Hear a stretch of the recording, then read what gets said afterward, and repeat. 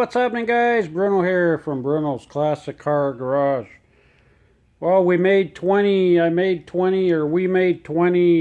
subscribers. You guys are awesome. I actually got 21 subscribers now. Man, I'm really moving.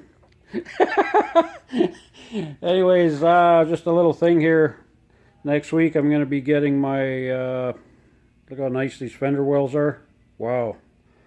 I'm going to get the fender wells, the front fenders on, the grill. Look at the grill.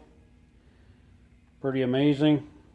If you guys remember, I grafted the GMC, the center here. I cut it off the original one, and then I grafted it into this aftermarket grill so I can keep my GMC letters on here.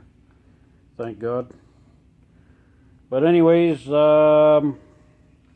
yeah, I just wanted to say thanks for the extra subscribers, 2 extra subscribers in one day. That was awesome.